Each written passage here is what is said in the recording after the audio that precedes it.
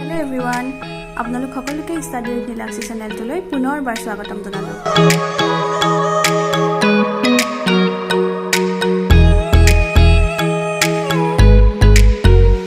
Hello' student, good evening.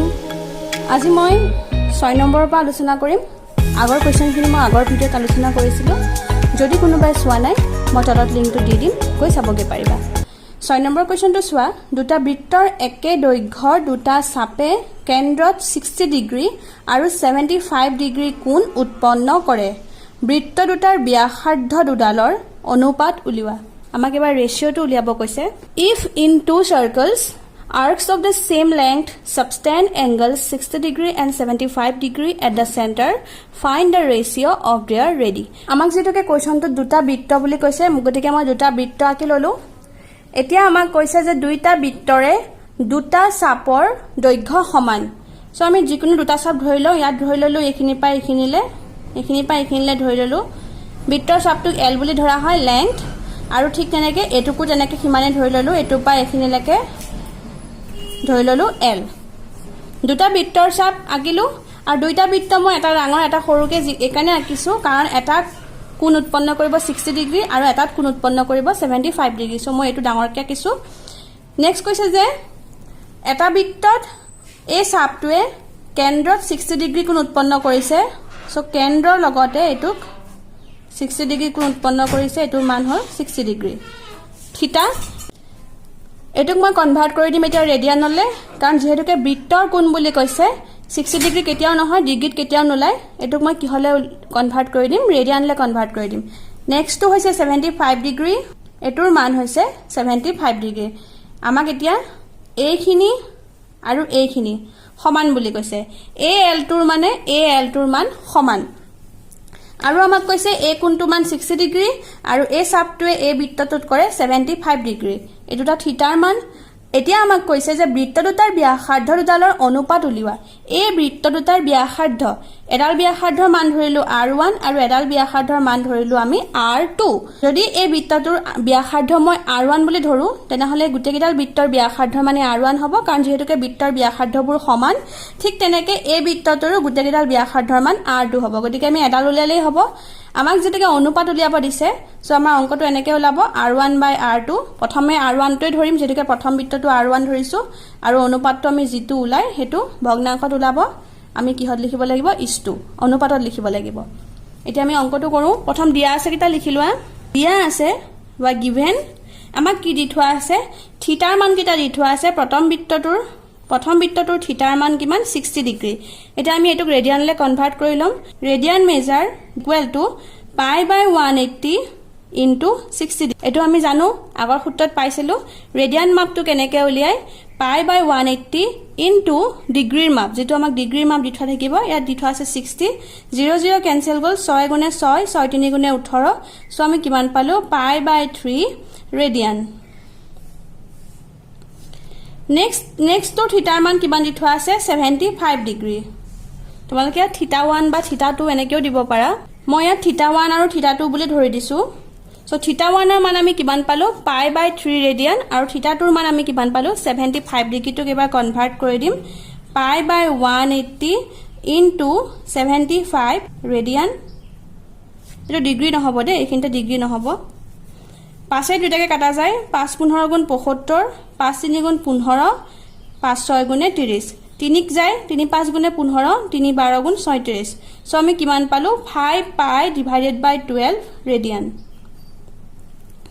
থিটাটোৰ কাৰণে আমি কিমান পালো, এটোত পালো 5 পাই ডিভাইডেড বাই 12, আৰু এটোত পালো পাই বাই 3। এতিয়া আমি অংককেইটা ৰেডিয়ানত কৰিব লাগিব। আমাক যেটোকে কৈছে যে দুইটা বৃত্তৰে বৃত্তৰ চাপ দুডাল সমান। সো আমি এই বৃত্তটোৰ কাৰণে বৃত্তৰ চাপ যিটো পাম, এই বৃত্তটোৰো বৃত্তৰ চাপ আমি একেখিনিয়ে পাম। প্ৰথমে বৃত্তৰ চাপকেইটা উলিয়াই ল'ম, তাৰপিছত দুইটা ইকুৱেল কৰি দিম, যিহেতুকে আমাক কুৱেশ্যনত দুইটা সমান বুলি কৈছে। সো প্ৰথম বৃত্তটোৰ বাবে বৃত্তৰ চাপ হ'ব, এইখিনিতে আমি ধৰো লওঁ যে ধৰো প্ৰথম বৃত্তৰ ব্যাসাৰ্ধ R ইকুৱেল টু প্ৰথম বৃত্তৰ ব্যাসাৰ্ধ R ইকুৱেল টু আমি কিমান ধৰি ল'ম, R1 ধৰি ল'ম। এইটো মই আগতে বুজাই দিছো অংকটো ছবিটো আঁকোতে। নেক্সট দ্বিতীয় বৃত্তৰ ব্যাসাৰ্ধ r ইকুৱেল টু আমি কিমান ধৰি ললো r2 এই বৃত্তটোৰ ব্যাসাৰ্ধ আমি r2 ধৰি ললো আৰু এই বৃত্তটোৰ ব্যাসাৰ্ধ আমি ধৰি লৈছো r1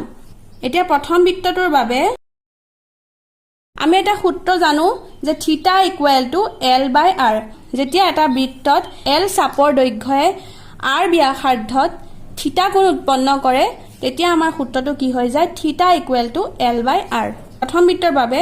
যিহেতু theta equal to l by r প্ৰথম বৃত্তটোৰ কাৰণে আমি থিটাৰ মান ধৰিছিলো থিটা 1 সো ইয়াত থিটা 1 লিখি দিম আৰু r ৰ মানটো আমি কিমান ধৰিছিলো r1 সো প্ৰথম বৃত্তৰ বাবে থিটা 1 ইকুৱেল টু এখিনি ধৰি দিম r1 এখিনি লিখি দিয়া যে যিহেতু থিটা ইকুৱেল টু থিটা 1 আৰু r ইকুৱেল টু r1 আমি এটো ধৰি লৈছিলো প্ৰথম বৃত্তটোৰ বাবে আমি থিটা 1 ৰ মান কিমান পাইছিলো pi by 3 equal to l ৰ মানটো আমি নাজানো সো l ৰ মানটো l বুলি লিখি দিম ঠিক তেনেকৈ r1 ৰ মানটো আমি নাজানো সো r1 বুলি লিখি দিম বৰ্জপূৰণ কৰিলে l3 3l ইকুৱেল টু পাই into r1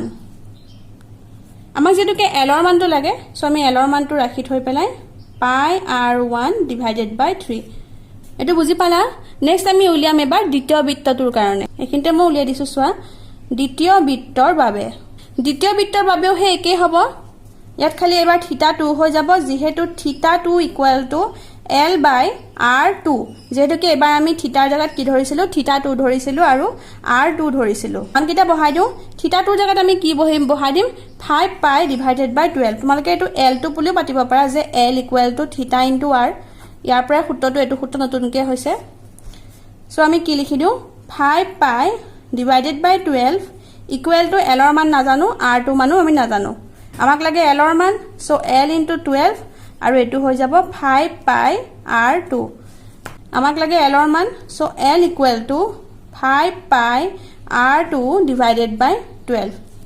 According to question, আমাক প্ৰশ্ন মতে কি কৈ দিছিলে যে দুইটা বৃত্তৰ চাপৰ দৈৰ্ঘ্য সমান সো এই বৃত্তটোৰ চাপ আৰু এই বৃত্তটোৰ চাপৰ দৈৰ্ঘ্য যি দুটা ওলাইছে এটো ইকুৱেল টু কি হৈ যাব এটো বুজি পালা এটো ইকুৱেল টু এটো হৈ যাব সো according to question বা প্ৰশ্ন মতে পাই r1 divided by 3 equal to 5 pi r2 divided by 12 এখিনি লাগে বুজি পালা ক্ৰস মাল্টিপ্লাই কৰি পেলাও কাটাকাটি কৰিব পাৰো মই এখিনটা কাটি দিছো সোৱা 3 এ 12 কাটিব পাৰো 3 4 গুণ 12 পায়ে কেনসেল যায় তলত থাকিলে ইয়াত থাকিলে r1 by 1 ইয়াত তলত 1 এটা আছে 1 টো নাপাতিলেও হ'ব আৰু ইয়াত আছে 5r2 divided by 4 আমাক যেহেতুকে অনুপাত বুলি কৈছে সো আমাৰ লক্ষ্য হ'ব এটো r1 by r2 equal to যেটো অনুপাত পাও সেই অনুপাতটো লিখিব লাগিব সো আমাৰ লক্ষ্য হৈছে r1 by r2 এটা ক্ৰস মাল্টিপ্লাই কৰি দিয়া 4r1 equal to 5r2 মই হিন্দে কৰি দিছো সোৱা সাইডত আমাক লাগে r1 divided by r2 so r1 টো এফালে ৰাখি থম আৰু r2 টো এফালে আহিলে কি হৈ যাব এফালে যেটোকে r2 টো পূৰণ হৈ আছে এফালে আহিলে কি হৈ যাব হৰণ সো r2 টো আমি এফালে লৈ আহিলো ঠিক তেনেকৈ এফালে অলৰেডি 5 টো আছে আৰু 4 টো আমি এফালে লৈ গলে কি হৈ যাব হৰণ মই আকৌ এবাৰ বুজাই দিছো সোৱা আমাক কি লাগে যেটোকে আমি অনুপাতত উলিয়াম so r1 divided by r2 আমাক এটো লাগিব অনুপাত বুলি কলে খডে ভগ্নাংশ কৰিব লাগিব প্ৰথম বৃত্তটোৰ ব্যাসাৰ্ধ যেটোকে r1 সো আমি r1 লিখিলো আৰু দ্বিতীয় বৃত্তটোৰ ব্যাসাৰ্ধ যেটোকে r2 সো আমি r1 divided by r2 কৰিব লাগিব এতিয়া r1 টো আছে এফালে সাইডক আমি অতৰাব লাগিব জেনেকে নহক সো সাইডটো আমি এফালে লৈ আহিম সাইডটো এফালে আনতে এফালে হৈ আছিল পূৰণ এফালে গলগে হৰণ বুজি পালা অলৰেডি 5 আছিল এটো গৈ এফালে হৈ কি হৈ গলগে 4 হৰণ হৈ গলগে ঠিক তেনেকে r2 টুকু আমি এফালে লৈ যাব লাগিব কাৰণ আমি এটো কৰিব লাগিব যেহেতুকে সো r2 টো এফালে গৈ পেলা এফালে হৈ আছিল পূৰণ আৰু এফালে গৈ পেলা হলগে হৰণ বুজি পালা আমি পাই গলো r1 divided by r2 so r1 অনুপাত r2 এটো ইছটু বুলি কয় ইংলিশত r1 is to r2 equal to এটো যেটোকে অনুপাতত লিখিলো আমি এটো কি কৰিম অনুপাতত লিখিম ৰেশিওত লিখিম সো 5:4 এটা বুজি পালা এটাকে নিৰ্ণয় অনুপাতটো আমাৰ কি হৈ যাব 5:4 এটাকে নিৰ্ণয় অনুপাত equal to 5:4 so the ratio is 5:4 clear হল একো ডাউট নাই সাগে তেন্তে বলা নেক্সট কোৱেশ্চনলে নেক্সট কুৱেশ্যনটো আছে যে এটা দুলকৰ দৈৰ্ঘ্য 75 সেন্টিমিটাৰ 75 সেন্টিমিটাৰ বুলি কৈছে এটা পেণ্ডুলামৰ দৈৰ্ঘ্য দুলকটোৰ আগটোৱে 10 সেন্টিমিটাৰ 15 সেন্টিমিটাৰ আৰু 21 সেন্টিমিটাৰ দৈৰ্ঘ্যৰ চাপ উৎপন্ন কৰে দুলকটো যেতিয়াকৈ লৰি থাকে সো এবাৰ লৰোতে 10 সেন্টিমিটাৰ কৰিলে এবাৰ লৰোতে 15 সেন্টিমিটাৰ আৰু এবাৰ লৰোতে 21 সেন্টিমিটাৰ কৰিলে একেলগে ক্লিয়াৰ হ'ল প্ৰত্যেক ক্ষেত্ৰতে দুলকটোৱে দুলন কৰা কোণৰ মাপ ৰেডিয়ানত উলিওৱা এনেকৈ অংক এবাৰ গৈছে কি 10 সেন্টিমিটাৰ আমাক এবাৰ এলৰ মানটো দি দিছে এবাৰ গৈছে 15 সেন্টিমিটাৰ নেক্সটটো কাৰণে এলৰ মান হ'ব 15 সেন্টিমিটাৰ আৰু ঠিক তেনেকৈ নেক্সটটোৰ কাৰণে কিমান হ'ব 21 সেন্টিমিটাৰ আমাক দুলকৰ দৈৰ্ঘ্য 75 সেন্টিমিটাৰ ব্যাসাৰ্ধডালৰ মান দি থোৱা আছে 75 সেন্টিমিটাৰ এতিয়া আমাক কৈছে এই থিটাৰ মানটো উলিয়াব লাগে একেবাৰে সহজ আমাৰ হাতত সূত্ৰ আছে থিটা = L/R সেই সূত্ৰটোত আমি কৰি দিম এতিয়া চোৱা এটো যদি আমি বৃত্ত বুলি ভাবো তেনেহলে এডাল হৈ যাব বৃত্তৰ ব্যাসাৰ্ধ এডাল হৈ যাব বৃত্তটোৰ চাপ গতিকে চাপটোৰ দৈৰ্ঘ্য আমাক কিমান দি থোৱা আছে L = 10 সেন্টিমিটাৰ আৰৰ মান আমি পালো 75 সেন্টিমিটাৰ এতিয়া আমি থিটাৰ মান উলিয়াব লাগে ৰেডিয়ানত আমি দিয়া আছে কিটা লিখি লওঁ ফাৰ্ষ্টত দিয়া আছে বা গিভেন দিয়া আছে R = কিমান 75 সেন্টিমিটাৰ এলৰ মানটো আমাক দি থোৱা আছে 10 সেন্টিমিটাৰ আৰু থিটাৰ মানটো আমাক খুদিছে সো থিটা = হোৱাট আমি এটা সূত্ৰ জানো যে যেহেতু থিটা = বা এখানে লিখি দিয়া যে উই নো দ্যাট থিটা = L/R ইয়াত এলৰ মান আমি কিমান পালো 10 আৰৰ মান পালো 75 দুইটাকে পাঁচেৰে হৰণ যায় 5 2 * 10 5 15 * 75 সো আমি কিমান পালো 2/15 এটো অলৰেডি ৰেডিয়ানে হৈ আছে কাৰণ যেটো আমাক ডিগ্ৰী বুলি কোৱা নাই সো 2/15 ৰেডিয়ান এটো আছিল ফাৰ্স্ট কোৱেশ্চনৰ কাৰণে নিৰ্ণয় কোণৰ মান 2/15 ৰেডিয়ান বুজি পালা নেক্সট কোৱেশ্চনটোলে আহা মই এখিনতে কৰি দিছো নেক্সট 2 নম্বৰটো চোৱা কিমান কৈছে যে এটা দুলকৰ দৈৰ্ঘ্য 75 সেন্টিমিটাৰ আৰু এবাৰ চাপটোৰ দৈৰ্ঘ্য কিমান 15 সেন্টিমিটাৰ সো এটো আমি বৃত্তটা আঁকি ললো মইনে ৰাফকে আঁকি দিছো খালি এবাৰ আমাক চাপটোৰ দৈৰ্ঘ্য 15 সেন্টিমিটাৰ কৈছে সো এবাৰ ইয়াৰ পৰা ইয়ালৈকে ধৰিলো 15 সেন্টিমিটাৰ দুলকডালক আঁকি দিও দুলক মানে হৈছে ব্যাসাৰ্ধ সো এডালৰ মান হ'ব 75 সেন্টিমিটাৰ দুলকডাল ব্যাসাৰ্ধ বুলি ধৰি লোৱা হৈছে যেহেতুকে সো 75 সেন্টিমিটাৰ পালো আৰু আমাক থিটাৰ মানটো খুদিছে একেদৰে আমি লিখি দিম গিভেন দিয়া আছে R ৰ মানটো 75 সেন্টিমিটাৰ L = 15 সেন্টিমিটাৰ থিটা = হোৱাট আকৌ আগৰ দৰে উই নো দ্যাট থিটা = L/R এলৰ মানটো আমি কিমান পাইছিলো 15 R ৰ মান হ'ব 75 এখিনতে ৰেডিয়ান বুলি লিখি দিব পাৰা 15 75ক যায় 15 * 15 15 5 * 75 পাছেদি কাটি কাটি চাব পাৰা সো আমি এবাৰ থিটাৰ মান কিমান পালো 1/5 ৰেডিয়ান এখিনতে লিখি দিবা এটাকে নিৰ্ণয় কোণৰ মান 1/5 ৰেডিয়ান নেক্সটটো হৈ গল 3 নম্বৰটো চোৱা 3 নম্বৰটো হে আকৌ আগৰ দৰে এটা বৃত্ত আঁকি ললো বৃত্তটো আঁকি পেলাই দুলকডালৰ মান কিমান দি থোৱা আছে আকৌ আগৰ দৰে 75 সেন্টিমিটাৰ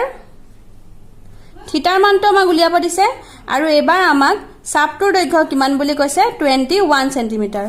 বুজি পালা আকৌ আগৰ দৰে আমি কৰিম গিভেন R = আমি জানোৱে 75 সেন্টিমিটাৰ এলৰ মান কিমান দিছে এবাৰ আমাক 21 সেন্টিমিটাৰ আকৌ আগৰ দৰে উই নো দ্যাট থিটা = L/R এলৰ মান আমি কিমান জানো এবাৰ 21 আৰু R ৰ মান এবাৰ 75 তিনিয়ে দুটাই কাটা যায় চোৱা 3 7 * 21 3 2 * 6 7 আছিলে একটা ইপিনে গল 3 5 * 15 আৰু কাটা কাটি না যায় সো 7/25 ৰেডিয়ান এটোই आंसर লিখি দিবা এটাকে নিৰ্ণয় কোণৰ মান 7/25 ৰেডিয়ান এইখিনিতে আজি অনুশীলনীটো শেষ হল ইয়াতে যদি কিবা ডাউট আছিল মোক কমেন্টত প্লিজ জনাবা ভিডিওটো শেষলৈকে চোৱাৰ বাবে বহুত ধন্যবাদ ভিডিওটোৰ পৰা যদি উপকৃত হ'ম বুলি ভাবে তেনেহলে please like comment share and subscribe কৰিব নাপাহৰিব থ্যাংক ইউ